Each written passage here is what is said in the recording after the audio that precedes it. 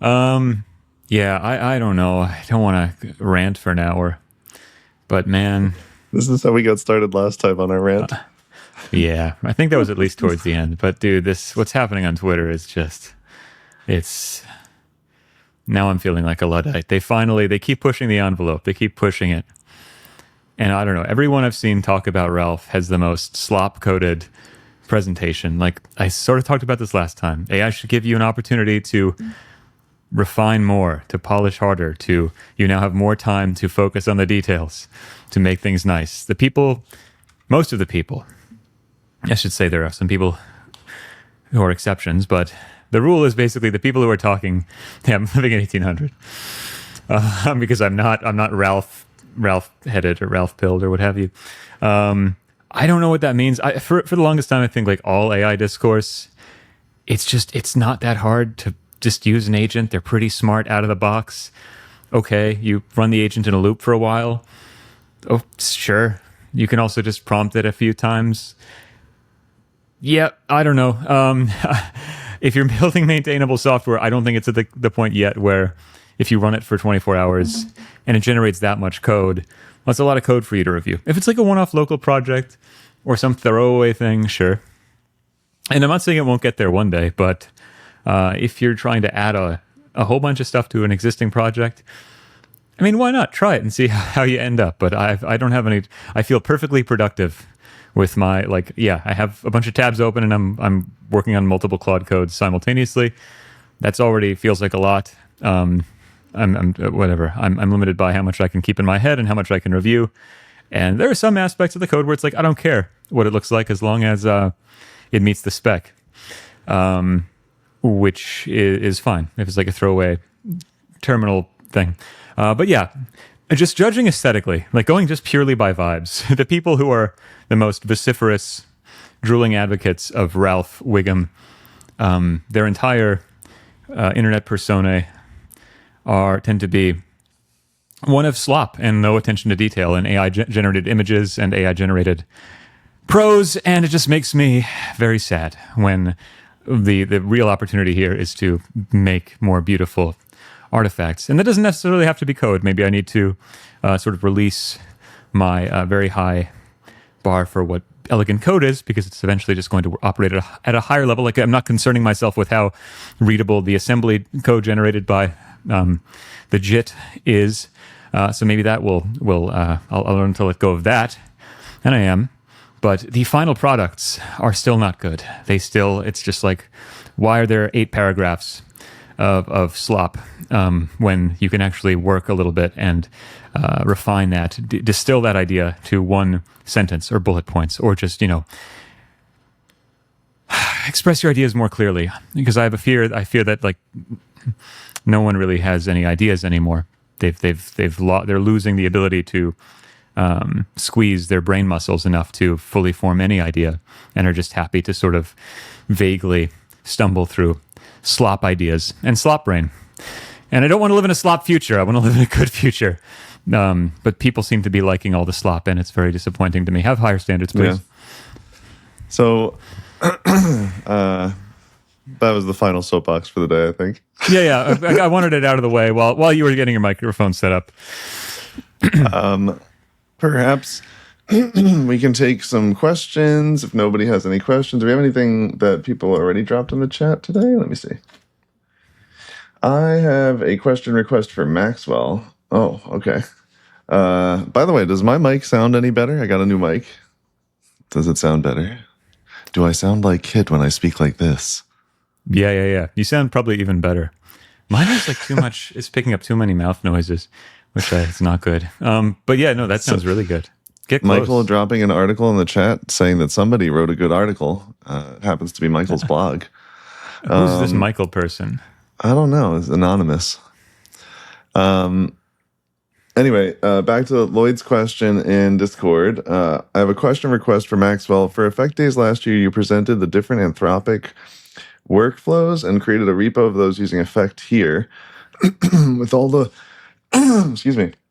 With all the work done on Effect AI and your learning from this last year, would you be interested in doing a review update to these workflows to newer features abstractions from Effect AI? Yeah, I think they'll look pretty much the same because we haven't changed like the core APIs of the AI SDKs in effect that much. We've like added features, but the core of the SDK is similar. I think what's different from these workflows from last year to this year is probably just like how relevant they are. Because I think like there's so much coming out about how to squeeze a lot out of AI. Like the new rage is like this Ralph pattern, where you like have a fresh context every time and you invoke the agent with like a very specific like task and etc. So I don't really know like how relevant those Anthropic workflows are. Like and specifically the Anthropic workflows that are being referenced here. I'll drop it in the chat. But there was an article that Anthropic published last year called Building Effective Agents, where they like outlined a bunch of different strategies you could use to squeeze more quality out of your LLM interactions. I mean, yeah, some of these things are definitely still relevant, but they're like built into these higher order strategies. Like I think, some of these like different workflows that Anthropic talks about are core to the like Ralph loop, for example. So I think what would kind of be a little bit more interesting might be looking at how one could like build a Ralph loop with effect. But I think I think there'll be like some content coming out on that like soon. I know Mike's been doing a lot of experimentation in that realm. And if you want to get started like learning about what Mike's been up to, read the blog that was posted by that anonymous user in the chat. But yeah, I that's kind of like my opinion on this particular question. But anyway, are there any like technical questions? Are there any code anybody wants us to look at? Anything? I did see one. I saw there was one about context.tag, which was by Philippe. How can I define a context.tag with the same name as an interface? And I don't think that's exactly possible. If they mean maybe I should bring up a little studio or something. What do you call it? Effect Playground. You can name the tag the same as an interface if you don't use the class syntax, but you have to pass the shape of the service in. So it's like it's kind of like, I don't know. I kind of go the opposite direction. I mean, I can present and show what I mean. Oh, but like, sorry, if I keep having to clear my throat, I'm like got a little bit of a cold. Let me do a window. I'll just do my screen. We can go to the playground and I can sort of show what I mean. So again, this is like, you can do things however you want with effect, but I tend to do this because I feel like it's more easier to maintain, in my opinion. But let's say, I don't know, my service. Actually, we'll just use the class syntax to show what I mean. Class my service extends context.tag. Could you bump up the font just a couple of settings? There you go. No, cannot do that. Beautiful. I'll just I'll pull down the terminal because we don't need it. Close this. My service. So, what is this problem? Expected one. Oops. I forgot that in 3.0 it goes over here. In 4.0, we're like just trying to standardize where the type arguments go to make things easier for folks. But yeah, so I don't know. I mean, again, you can do whatever you want, but I tend to define the shape of my service inside the tag. At least this is like what I've been doing recently, and I've found this works kind of well. And then you can, so if we go up here, export this, and like then where you need the type, for example, like where you want to extract like this type, you can do My service shape equals type of my service dot service, and that'll give you the actual like shape of the service type. The other way you could do this is if you want to have them named the exact same thing, you could change this to a const and do. I think this is the syntax. Hold, please. Cut.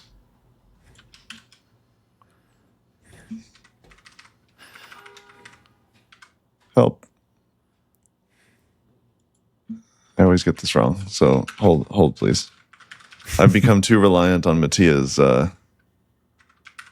LSP. Self. Yeah, you have to do like this is the only reason why like using the const is kind of annoying. My service ID.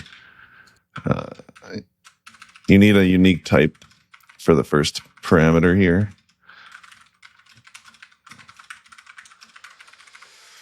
My service ID. Whoops. ID. And then you can change this to exprat. Like if you want to, you can do it this way. I just feel like, I don't know, packaging everything up into a class and then just using this helper when I need to is kind of nice. It's like less boilerplate. But if you want to, you can do this pattern too, which you just need, like with a tag, the class version of this, the class becomes like the unique type identifier, which is why you don't need this when you use the class syntax for context.tag. But when you're doing this with like the const syntax, you need a unique type, something that's like totally unique in here, which is why we just like have this type here. It's not used for anything other than to make the type unique. And then you can like extract the service type as much as you want. So yeah, I don't know. Lately I've tended to use the class syntax and just extract the service type as needed, but you could also like, do it this way if you really want to have two symbols in the same file that are named the same thing. Does that make sense? Yeah, I think this is a good reason why we should pick one really good version to recommend, because well, there are good reasons why we still have the const syntax that it exists, and that's to like for certain like use cases, exporting the const from like a library, for example, makes it easier than exporting the class version. But if I'm being honest, like I would in future documentation and resources that we put out, I would just recommend using the class syntax in your own applications because, like I said, it's the least amount of boilerplate. The effect LSP will autocomplete all of like the type bracket syntax and identifier and all of that garbage for you. So yeah, I think I would just recommend use the class syntax and use the type of service name dot service to extract the actual shape of the service. So yeah. What has been going on in chat since I haven't looked at it? Let me scroll up a bit here. Okay. I wonder if there's a plan to drop AI provider for local models like Olama, or am I missing something and it works out of the box? Yes, eventually there will probably be AI providers for local models. There would be more AI providers, but again, like everybody's asking for features and things like that. I think we're all very focused on 4.0 at the moment. So like there will be no providers dropping in 3.0 in the near term. I'll be primarily just doing bug fixes and things like that. But in 4.0, when we get to beta, yes, there will be many more providers coming out. I like to work very focused to specify and understand the trade-offs and decide when LLMs okay. Any other questions you see in here, Kit? I don't think we got any, just some comments. Oh, there's a comment in here about using the effect LSP in Effect small. Yes, it will not work in effect small yet. Mattia is starting to work on making sure that everything from the LSP works in V4 now, but it will not currently work in small. So don't use it there if you're using small. Some things might work, like having like the automatic type annotation thing might work. Hello, Johannes. Greetings. How do you feel about this? Wait, how do I feel about what? Oh, how do you feel about this? What can we do to reduce type signature and maximize benefits of the language server? Blank was asking some questions about improving the performance of the language. I think primarily TypeScript, not necessarily the language server. But yes, I mean, the language server does run through TypeScript, so it might have a small performance overhead when you add it to your project. But I think if you're working in a really large code base and you want to like improve TypeScript performance, it's going to be very, very specific to your setup how to do that. And I know that's kind of like an annoying question, but like we spent a lot of time in effect, both V3 and V4, optimizing performance so that we could have many different projects. So we use like incremental builds, composite like projects that depend on one another. Having a background in these big projects, sometimes like having a background task that runs the TypeScript compiler continuously to generate the DTS files can improve the performance of the LSP. So you have to have like a watch task running in the background constantly. But I also think like with TSGO on the horizon, I feel like maybe these performance concerns will be less relevant, but we'll see. Kit, do you see any questions that I've missed in here? Why does effect.log do what? What does effect.log do differently from console.log? That's a great question. Why? Kit, are you I meant to unmute myself. Why? Yes, no, but yeah, what's the difference? Here, let me start first, and then you can take over. Go ahead. Console.log is just a service abstraction around the built-in console. So anything that you would have done with lowercase console in a non-effectful way, you can instead yield console.log to sort of, be more effectful, be cooler. Just for street cred, really. And also, of course, because it's a service, you can provide a test console that will possibly not actually render to the underlying console. Maybe it still could proxy to it, but it could also aggregate all the calls to console.log internally such that you can make assertions.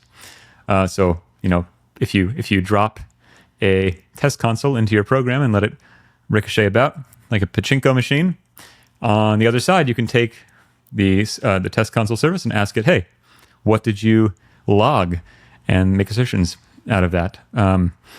So that's that. Effect.log is different in that this goes through all of our logging business, which would add timestamps and log annotations and potentially include log spans, etc. So that's sort of like your first class logging thing. It's that if you want open telemetry support, etc. You mostly want to do effect.log unless you're sort of just hacking around, making some kind of TUI or CLI thing where you just want to print without time codes a specific string, output it, write it to standard out.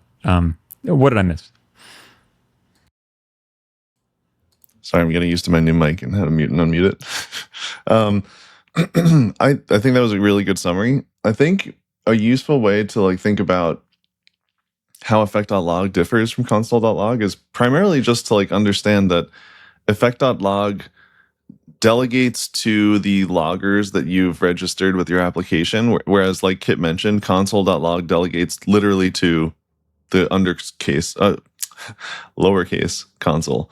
So I think maybe a good way to understand this is actually just to take a peek at, and we'll do this quickly because it's not super interesting, but I think that it's interesting enough, is to take a peek. Let me make the font bigger.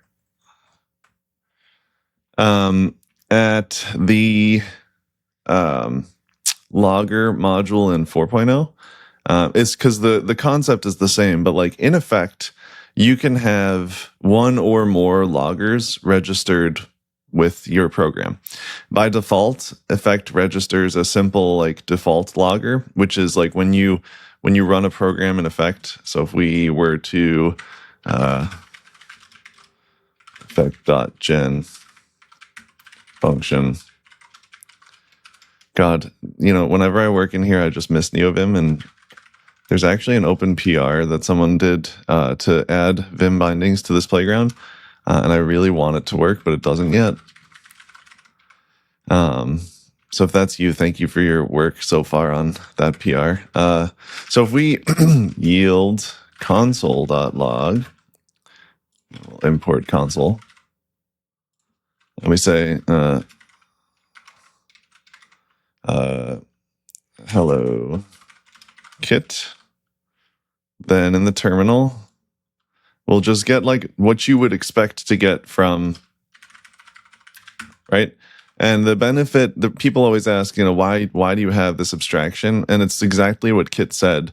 There are cases where maybe in testing, you want to be able to capture these console.logs, or maybe even in your application. Maybe you're running console.logs in your app, and you want to replace the default console service, which literally just delegates to console, and do some stuff after or before. Like maybe you want to send, console.logs to, some other service or something like that. Or maybe you want to keep track of them for some reason.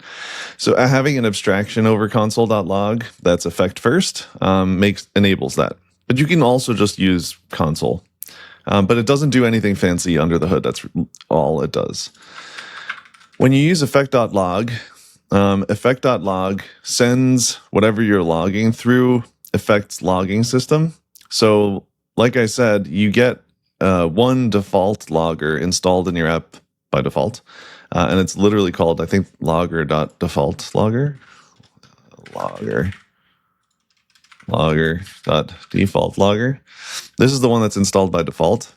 But you can add, replace, and remove loggers from your program. So you can imagine you have like the default logger in your program, but you also want to add, a logger that also sends your logs to some log ingestion service, and you can do that.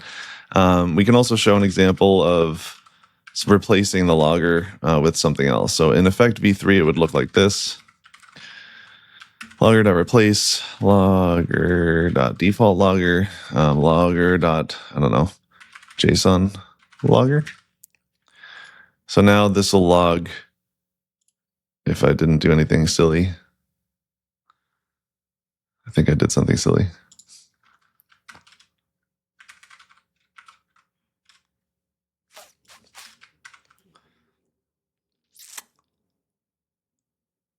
Does it replace return a layer? It does.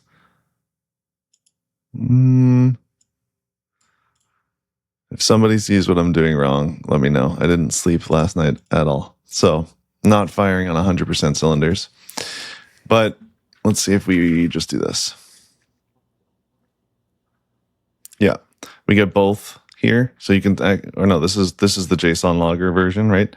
So you see like the message that we got sent, the log level, and it's in JSON format. So the point here of like the logger module is that you can have one or more. It's a set of loggers that are in your application. And I think it's easy to see in V4, where if you look at the logging service, we tried to make things a lot simpler with logging in V4.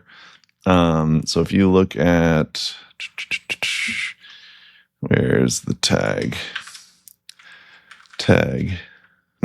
Service. So you see here, current loggers in effect v4 is a service that contains a set of loggers. And it's the same in v3. You have a set of loggers in your program. So you can have one or more. And that's kind of the difference. Console.log just delegates to console. The logging framework in effect allows you to get these like rich logs that you can manipulate and do what you want with. We could also swap this out for like log format, I think, is a slightly different structure from the default logs. So if you have a log format logger, I think there's other ones in here too. There's the pretty logger, which is installed for you by default when you use like the node runtime. Oops, logger.pretty. So logger.pretty will give you like these pretty logs, which is like what you'll see if you use the node runtime by default, because we give this to you. Anyway, so that's like a really long-winded way to answer the question, but basically the difference is effect.log delegates to your loggers, which is like the set of loggers in your program, whereas console delegates to console. So I could configure Winston with logger. You could create a logger that delegates to Winston, and then register that logger with your program. Yeah.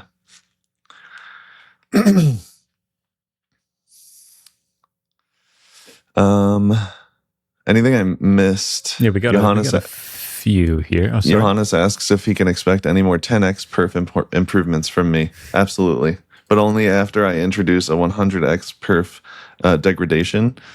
Then you'll see the 10x perf improvements, like several of them. You know what I mean? So, go ahead, kid. Sorry. Oh no. It's worth addressing, Johannes.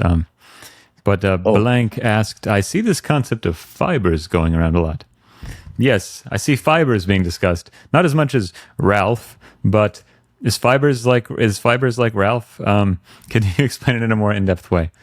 That's not his question. I did not repeat that verbatim. Also, will there be changes to this in the V4 release? So yeah, what's a fiber? I will also try to give a 5 million mile high overview, and then Max can correct the record. But a fiber, I think the easiest way to think about this is, we know that an effect is a blueprint. It is a description of a program. It is not running. It's lazy. When you do run it, well, what happens? That's what gives you a fiber. A fiber is a handle on a running effect. Much like a promise, there is no sort of effect version of a promise. There is no lazy, inert promise. A promise is already, the second you create a promise, it kicks off, and the promise is a handle on some running computation. And so a fiber is that for effect. If you have a fiber, that means that you have an effect that was kicked off some point in the past, which is either succeeded or failed or died or is still running. And it has even more power than that because it is an effect. So it sort of is this structured concurrency primitive, where it also has all these other effectful features. I guess you can also try to await it effectfully, and it'll sort of turn it back into an effect. But yes, anyway, it's basically a handle. The simplest way to say it, it's a handle on a running effect that you can track. So it's not lazy any longer, which means that, for instance, there's effect.runPromise, which kicks off an effect and runs it as a promise. There's also effect.runFork, which kicks off the effect and returns a fiber. So that's why you get a fiber in that case. It's a running effect. It is actually running. But yes, generally, if you run effects at the top of your application, you do something like run promise, because that's sort of the lingua franca of the rest of the JavaScript ecosystem. So you're going to probably want to turn it into a promise so you can interop in some async await code or what have you. But correct me now, Max. No, that was again. Correct me. No correction necessary. Oh, I'm just going to show like a quick example of like what it means to have a handle to like a running computation and why that can be useful. So here we've got like a slightly more involved program than what we're looking at before with just our simple log. But basically here we want to log hello Kit every second, because we just really want to make sure Kit knows that we're saying hello to him. And like Kit mentioned, if we're running within an effect, we have this like parent. I'm not going to use like the word parent, but there is a parent-child relationship between fibers that are created in your program. So you can imagine you have this like main fiber in your application, right? And you can fork child fibers off of like the main program fiber, right? So there's a supervision relationship that's established between the parent and the child. And you can control how the fiber is like supervised. So if you fork a fiber, by default, the parent will supervise the fiber, but you can also use fork scoped, which will then attach the lifetime of that fiber to a scope. So the lifetime, this fiber that we create here, when we fork this program, is no longer attached to its parent. It's actually attached to this scope.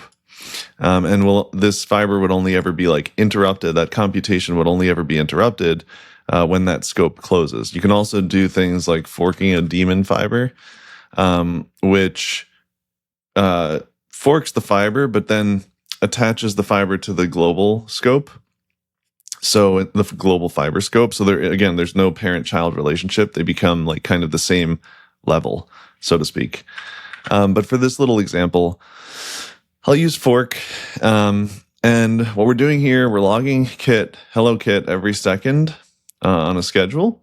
And because we've forked this fiber into the background, this computation no longer is blocking, right? If I were to remove this, and remove this so we don't get compilation errors, we actually never hit this yield. And maybe it'd be more explicit if I do like a effect.log.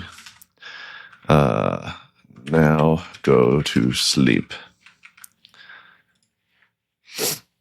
Right? We will never hit this log line because this computation is now blocking, right? The fact that we have not forked this into the background means that this effect.schedule will just keep running, because this schedule is an infinite schedule that will schedule this effect every second. So we never reach here. So why fibers are useful is because you can fork work into the background and then either await the fiber or interrupt the fiber or whatever later.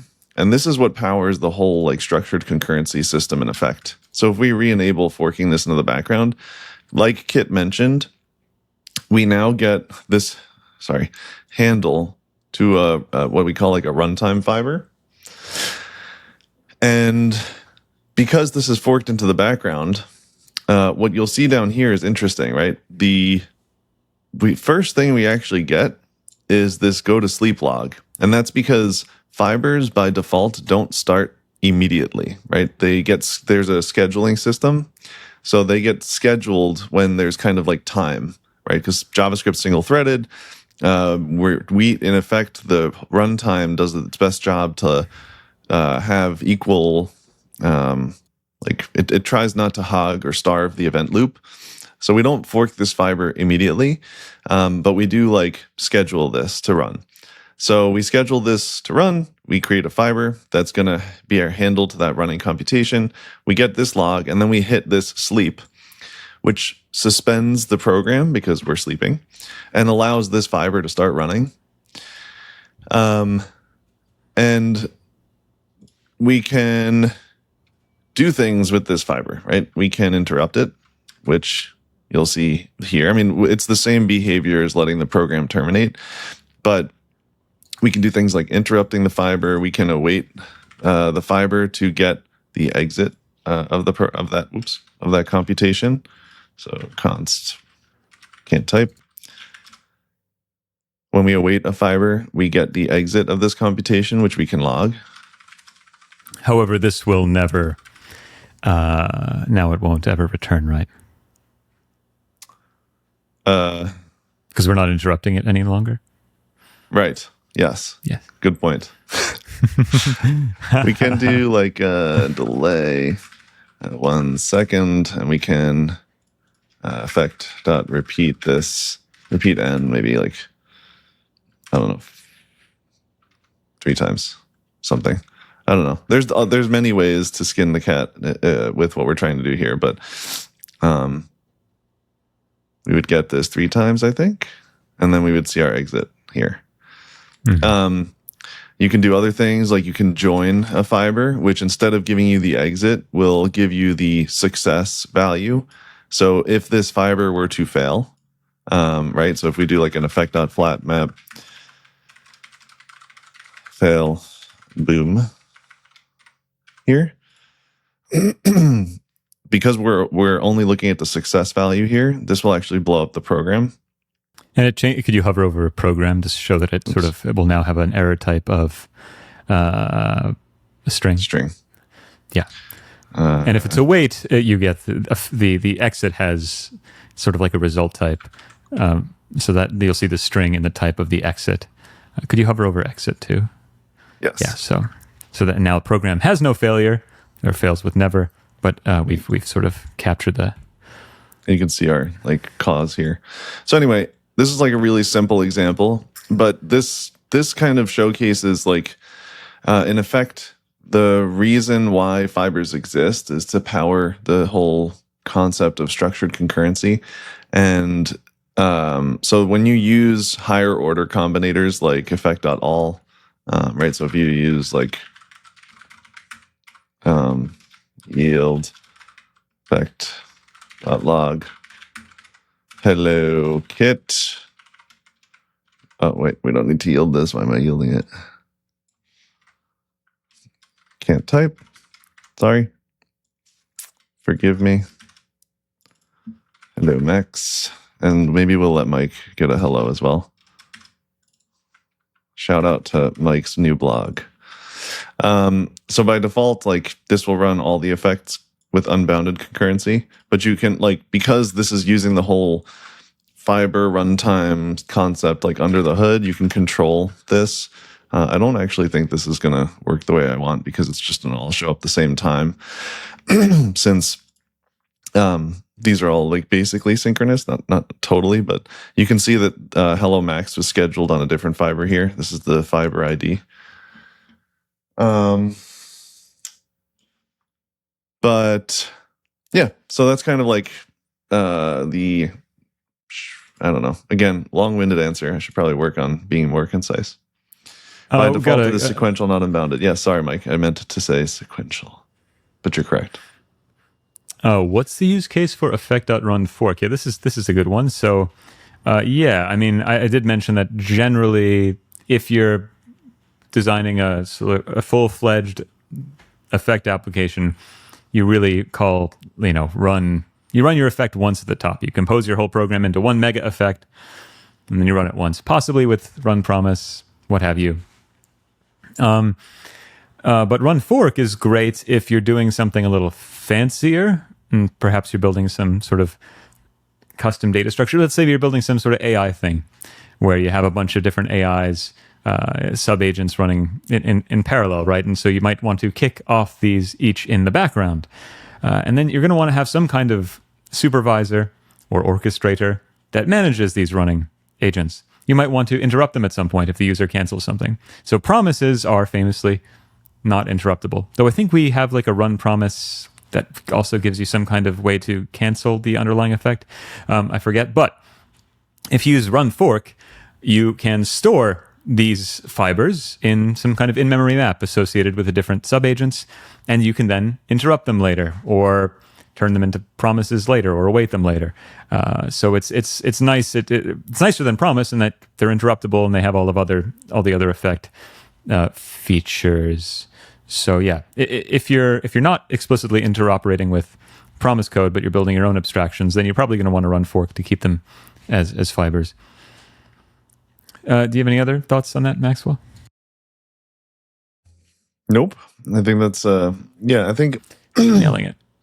In most scenarios, you'll probably be using the run promise or run callback or whatever versions of effect, or what, like if the runtime package exports a run main or something like that. But runFork is useful in a handful of circumstances where you don't want to block the program at all, and you want to just get the handle to that fiber back and be able to interrupt things and whatever later. So the use cases are less than the other ways to run an effect, if that makes sense.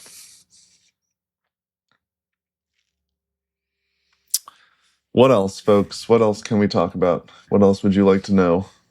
Send your questions to us. Send your questions in the chat. Ooh, yeah. Getting close makes it much deeper. I'm working on my my Kit voice. trying to soothe the masses, just like you do. Yeah. Let me scroll back in the chat and see if there's anything that I missed. By the way, to those of you who have followed and subscribed on Twitch, thank you very much. That is very helpful. Yeah, Philip brings up a good point about Effect Cluster. I promised last week that I would be streaming Cluster in the mornings, refactoring my Twitch integrations to use Effect Cluster. And I obviously didn't do that this last week. It was a little bit crazy. But my plan is to try to start doing that either tomorrow or Friday. And if it doesn't work this week, I'm committing to Monday. Starting to try to stream like that, because I also want to play with cluster and workflow, especially like in the 4.0 repos, and show like what you can all watch me struggle with it, with trying to learn it with little to no docs. But in the age of LLMs, I feel like I'll be able to get started very quickly. So yeah. What is Maxwell's Twitch handle? I'll put my Twitch in the chat. How about that? And hello, Stu. Have you sold your soul like me to TypeScript? Considering it, making the deal with the devil? Have you sold your soul? We need another Claude Code video. Those are my favorites. What do you mean? Oh, yes. Yeah. There's so much work, though. Now, like, that's... it'll be a while. I'm mostly kidding, but like those are great. There was a question about, what do you think about layers? Why do I need to encapsulate my code into layers? Well, layers are great. They're just so great. That's what I think about them. Maybe Kit can take this one, and then we can like talk about it together. Yeah. No, I mean, I like. I've ended up in this programming paradigm mostly driven by anxiety and fear. I think I've started with Ruby on Rails, and I liked it and all. It was cool. Developer happiness. It was a good time. But when writing Ruby code and tests, I just felt a deep anxiety, and I realized that it was eventually because there were no types and there was no safety. And there was no standard way of doing things. So it's sort of a physical thing. It's a very biological. I just sort of felt a felt sense of not having regularity or normalization or a single source of truth or type safety.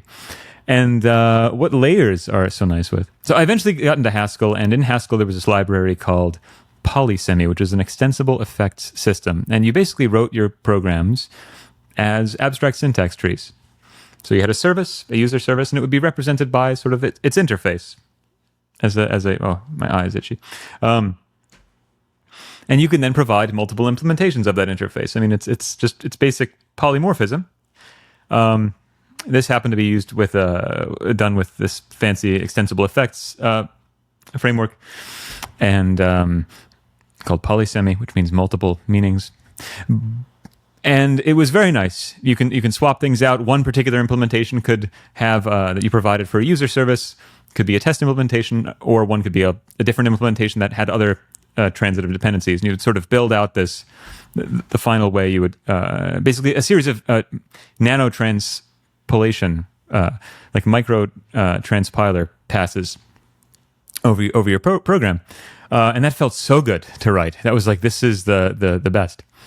And then I switched over to Scala for job reasons and found Zio, which had the same semantics, except it wasn't exactly done with abstract syntax trees, but more of this interface approach, where nonetheless it worked the same way. There were layers, right? The effect is based on Zio, so I'm now talking about layers, where you had this very Lego plug and play approach where you define these interfaces called services in our nomenclature.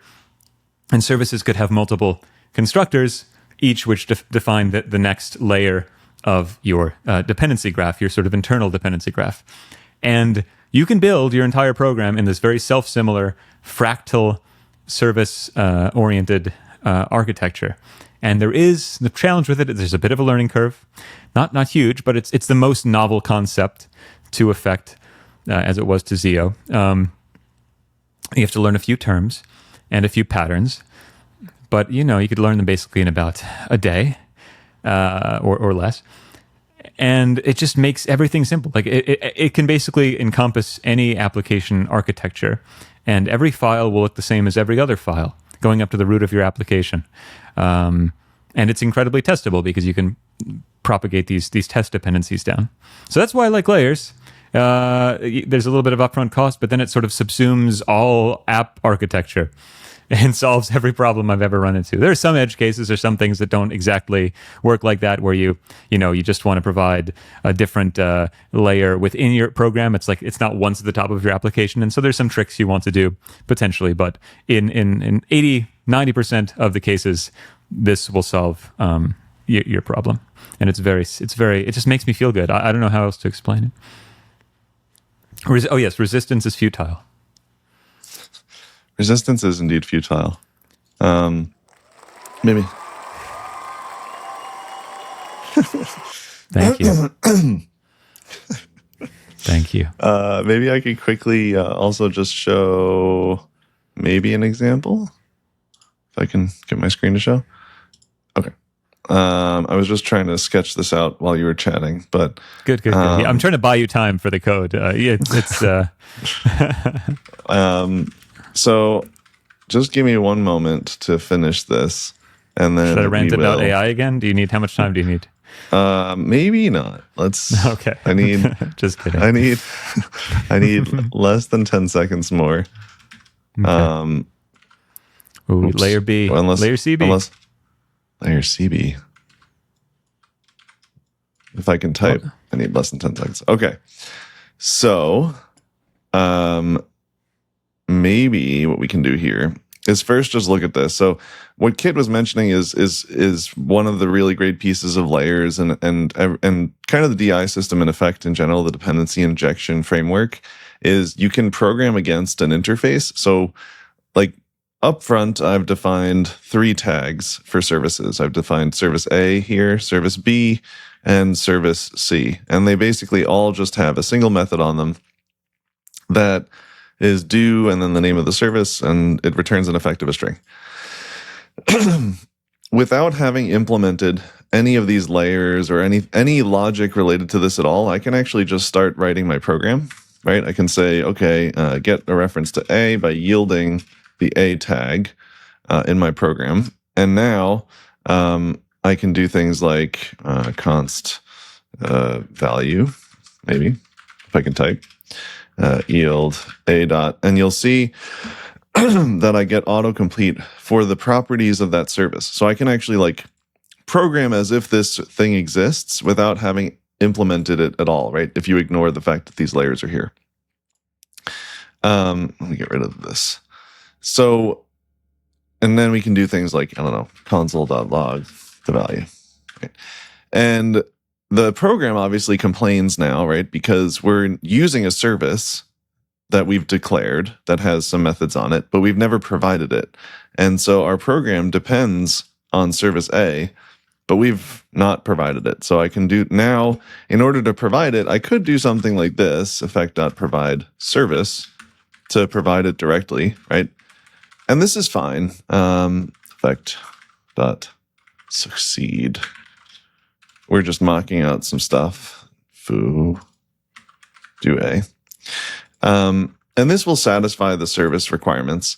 But you can imagine that like when you're declaring services, so for example, in your application, maybe you have like a bunch of repositories in your data model, and those repositories depend, you've modeled them as effect services and it's great, but those repositories in production also depend on a database service, right? And so inside those services, you want to get access to the database and then use the database to like implement the logic of your repository. So with that said, yes, one of the cool features of layers is it allows us to like swap the implementation at runtime, like of whatever we're doing. But I think one of the other cool things about layers is it abstracts away the whole concept of interdependencies between services. So if you think of layers as a graph of like services, which is really easy to do if you're working with the effect language service plugin, because when you hover over a layer with the plugin, you can actually click and it'll generate a mermaid diagram of like your application architecture in services. When you model things in layers, you can, like I said, swap the implementation. So right now we're getting foo logged out because the implementation I've provided does that. And so when we grab the A service and do A, we get foo. But if I change this now to instead provide a layer of I need to provide layer A. Layer A. We're going to get A logged out because the implementation I've done for layer A logs out A. So this is cool, but we're not building up a dependency graph at this point. We're literally just providing a single layer. But you could imagine, what if layer B wants access to layer A, right? So we yield A, and instead of logging out B, A. Oh my God. Instead of logging out B, we just want to log out. We want to use A to compute this logic, right? So we can do yield. Sorry, hang on.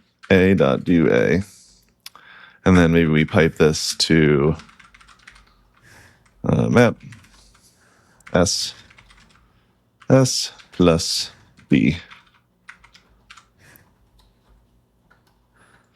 And now you'll see layer B produces us a B service, but now because we've used A, this layer is basically telling us, hey, we need an A at some point. And so like the interdependencies become explicit in your program. So now if we yield B here instead, and we do B.do B, our program is not going to be happy anymore because we're only providing layer A, but we want B. So we could try doing this, but again, the program's still not going to be happy because B depends on A. So instead, we can do all of this composition up front, main layer, and say layer B dot pipe effect dot provide, or sorry, layer dot provide layer A. And now what this is doing is it's providing layer A to layer B, and we should not get an error, but we do. Do we use A in our program? What did I do wrong here, kid? Good question. I'm not providing the main layer yet. There you go. So now we get like it's very easy to start expressing very complex dependency graphs with layers. So there are multiple benefits to layers. Kit mentioned the ability to enable you to program against an interface and swap out implementations in different places. So like here we're using this layer A, but if we wanted to swap out layer A for a test version or something in tests, we could do that. And layer A will just grab the test version that we've provided instead, right? The other thing that's really nice about layers is they are memoized by reference.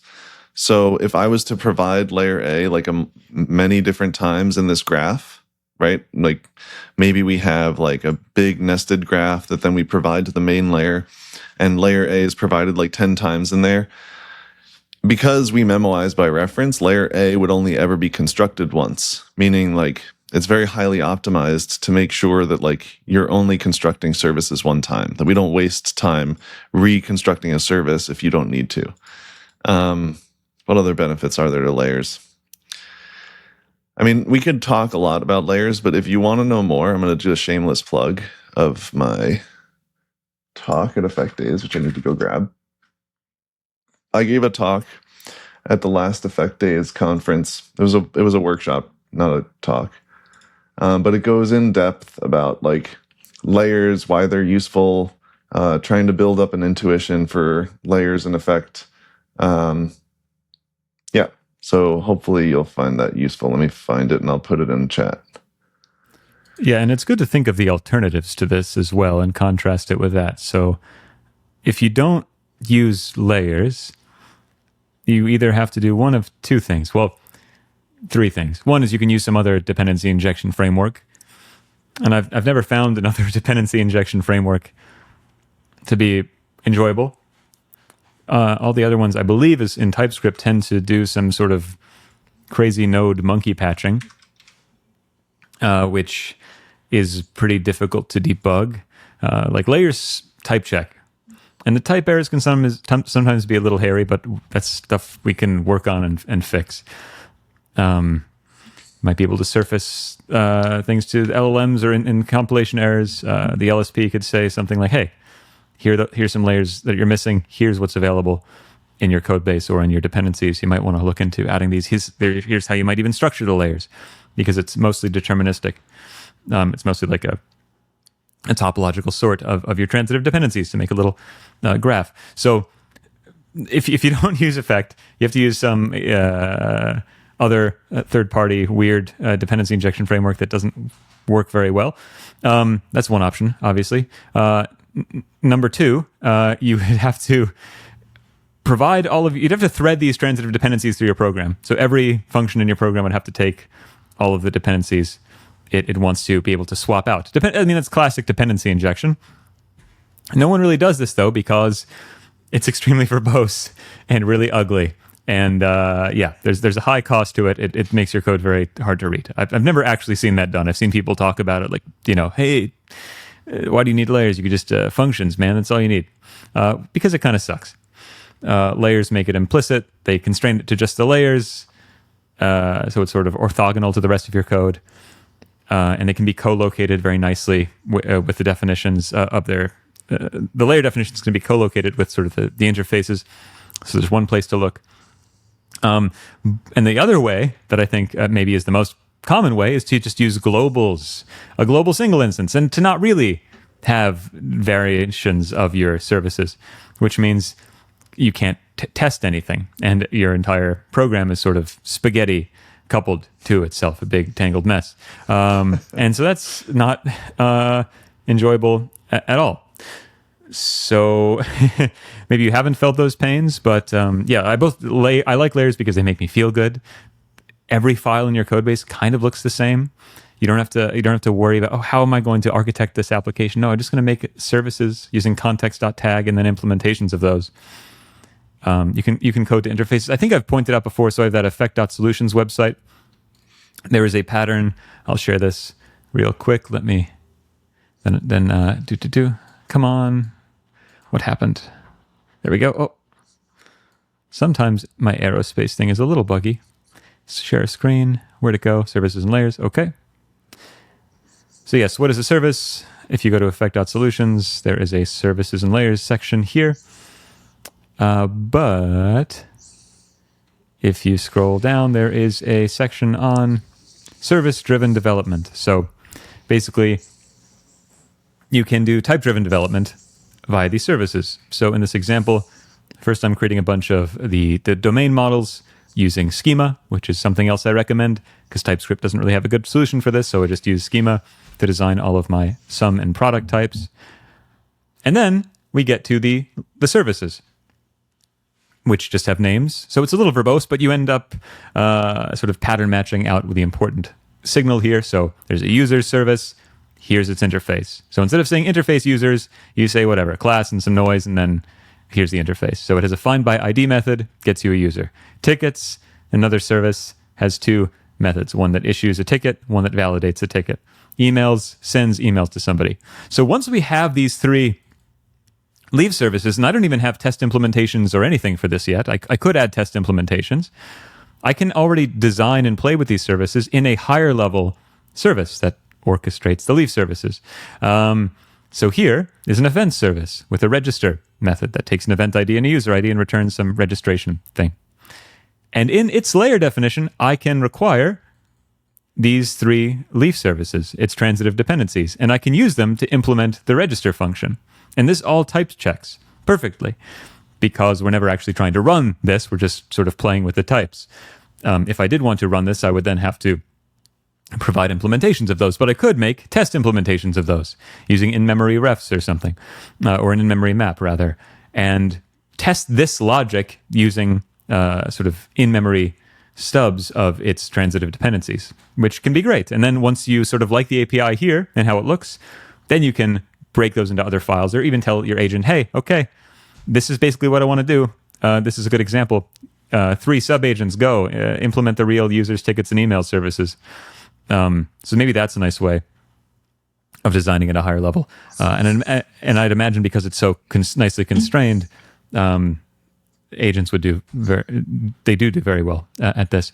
Yeah, I hope that makes sense. This is a nice way to design it. And just everything in your application will look like a service with one or more layers. And it just works fractally, recursively, each file.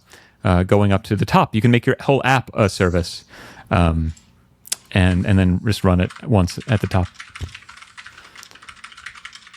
So we had a couple more questions, but I do have to go pick up some breakfast lunch thing. So I got to go in a minute. But any I can always stick around thoughts? for a few minutes later if you need to head out. Okay, perfect. Wow, sorry. Were there any last... I think there are a few more questions. So yeah, if you want to work through some of these... I'll try to tackle a few of these, and then I'm going to head out as well and try to get some stuff done. Okay, cool. And, I won't be here next week.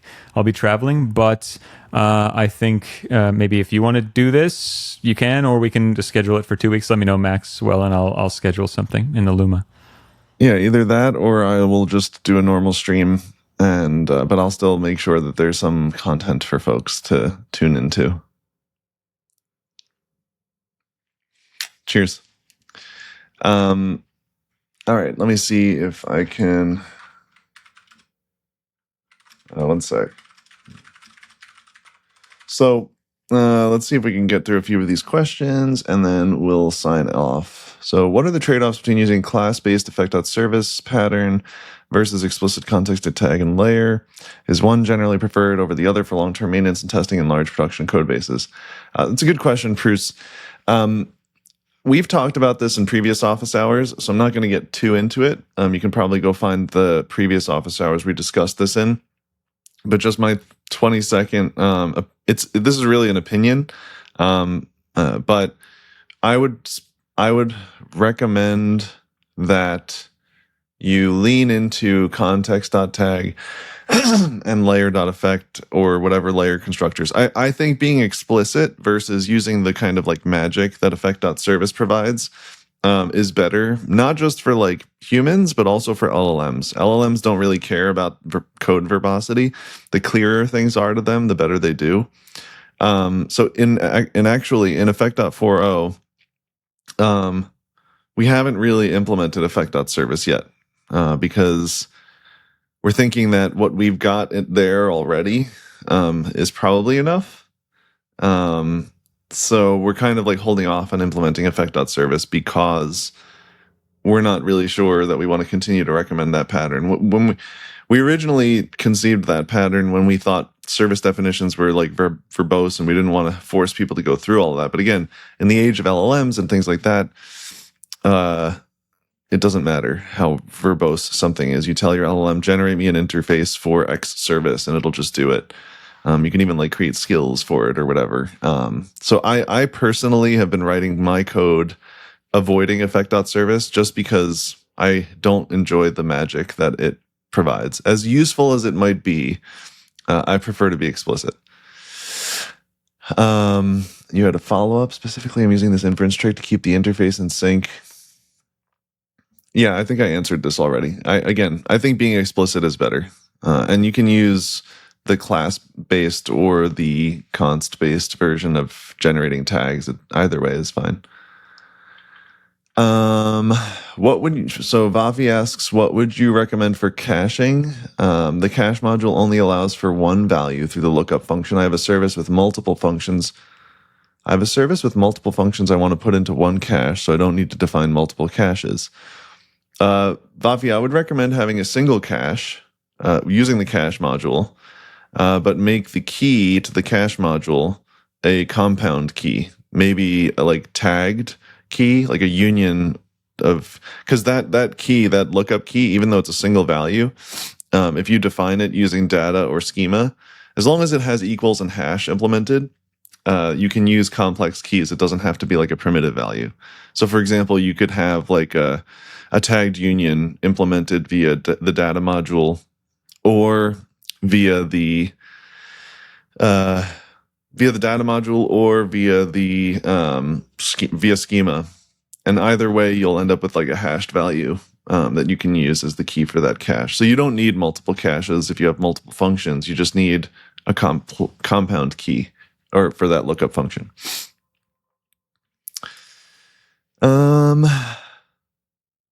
Blank has 2 additional questions, which I'll answer, and then we'll probably end the stream. What is effect.sync? So Blank, I would actually recommend checking out Kit's effect.institute, where he explains effect.succeed, effect.sync. I think he actually has explanations for all of these. Let me just double check. Effect.institute. Here, I can share my screen while we do this. Oh, like sync as in sync. There is no effect.sync, just FYI. There's a sync module, but no effect.sync that I'm aware of. The sync module, it models a sync, literally a sync for values that you can stream into. So if a stream represents like values that are streaming through something, like values that are being emitted by a stream, a sync is like what you would send the values into. So for example, if we think in like terms of concrete real things, if you create a file stream with Node, like taking effect out of the equation, if you create a file stream with Node, you could take a file and use that file as a sync for that stream, right? You send all of the data generated from that stream into that file, and that file becomes a sync for the values of that stream. So in effect, we have a module that like represents that concept, and that's a sync. Let me see if maybe in effect small, we have a nice description for it. Let me see, packages, effect. We're trying to do a better job in effect small of having very detailed JS docs for coding agents, but also for humans. Here, I will share my screen. Entire screen. This one, share. So in effect, and again, this is 4.0 code, so the interface, I think we have the same type parameters, but it might not match 100%, but the concepts are the same. A sync is used to consume elements produced by a stream. So you can think of a sync as a function that consumes a variable amount of elements, so input elements, right? So a stream is producing these input elements, and the sync does some computation on those input elements and results in values of type A, and also might have a remainder of values. So the sync can be finite, right? You can have a sync that maybe operates on like the first 3 values of a stream, and then that sync is done. And so that sync will have leftovers from that stream if that stream continues. So, and different combinators from the stream can also end up with leftovers, right? So if we think of a sync as a function that consumes a variable amount of in elements, 0, 1, or many, produced by the stream, that sync will maybe fail with an error type of E. It will eventually yield a value of type A. And then there also might be leftovers. And that's what the L here represents, is like if a sync did not fully consume the stream, or if there were leftovers from the result of that computation, that's why we have the concept of leftovers. Hopefully that makes sense. But yeah, this sync is like, we actually toyed around with like removing the sync module in 4.0, but we kept it because there are specific circumstances where like modeling things as a sync is useful. The file example is like one example that I can think of. But also in in effect, I forget if we added the combinator to 4.0 yet, but in 3.0, you can actually aggregate values of a stream using a sync. So if we look at effect.ts, if we look at the API documentation, effect sync, no, it's stream, and then we can do aggregate. I think it's aggregate. Oh no, it's transduce. Sorry, transduce. So transduce is kind of an interesting combinator, which takes a stream and feeds it through a sync and produces a new stream where like the values are the values that the sync produced. So it's kind of interesting. I mean, there's a lot of utility for sync. I would say it's like maybe a less common module that's used when streaming things, but there are like certain cases where modeling things with sync is really useful. So let me see if there are any other last minute questions. Thanks for office hour. Thank you very much. Also, I just want to thank everybody who followed and subscribed on Twitch. Jack's AI Codes, Bays, thank you very much for the subscriptions. Stu, thank you very much for the follow. All the support really helps. And the encouragement also helps Kit and I. We're really happy that you folks are finding office hours useful. And if there's more types of things you'd like to see in office hours, please drop that feedback in the chat in Discord. We do take it really seriously. And yeah, we're just happy that folks are finding this format useful. And I will do my best to start my cluster stream within the next several days. So stay tuned for that as well.